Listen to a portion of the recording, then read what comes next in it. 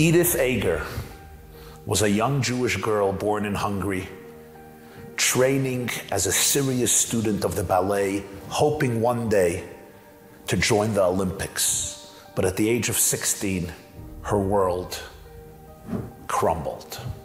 She and her family and the entire Jewish community were stuffed into cattle carts en route to the Auschwitz-Birkenau death camp. Just a little while before they arrived at Auschwitz, her mother turned to her and said, "Edith, I don't know where we are heading. I don't know what will be. But I want you to remember this. Nobody can take away from you what you put into your mind." We were on our way to Auschwitz, and my mom held me, and this is what she said. She said, "We don't know where we're going. We don't know what's going to happen. Just remember, no one can take away from you what you put here in your own mind." A few moments later, the doors of the cattle cars opened.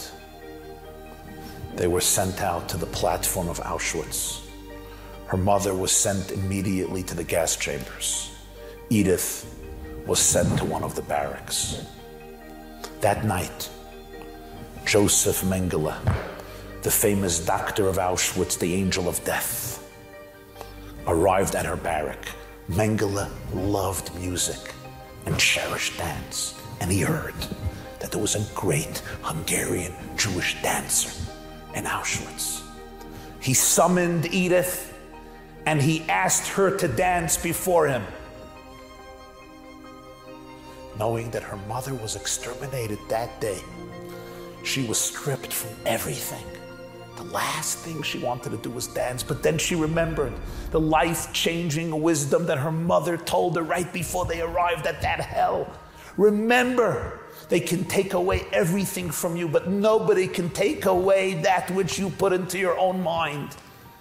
And she says, in my imagination, I was in the Budapest Opera House, listening to strains of Tchaikovsky and dancing away.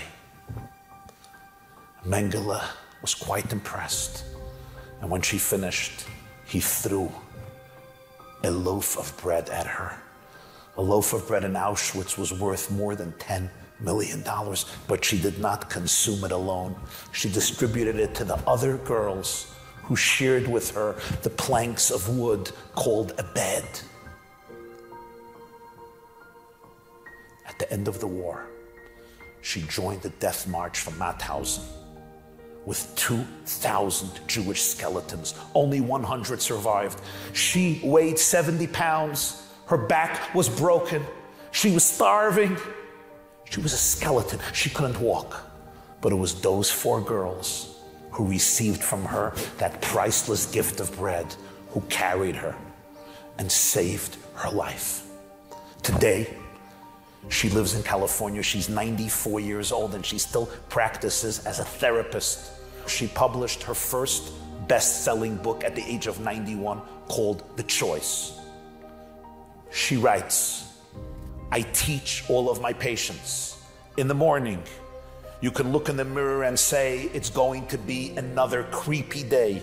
Or you can say, I'm going to honor myself, treasure myself, cherish myself, and I can make a difference today because pain is universal. Victimhood is optional.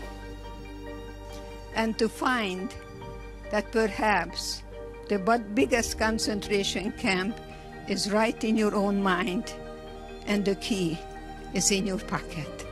Each day, I must wake up in the morning and ask myself, who am I? The Jewish answer is the one presented by the life of Edith Eger. I am a menorah. I am a source of light. Neir Hashem Nishmas Adam, Proverbs says, the soul of a human being is a divine flame. I am the light of divinity in the world. I am an ambassador of love, light, hope, healing, and redemption.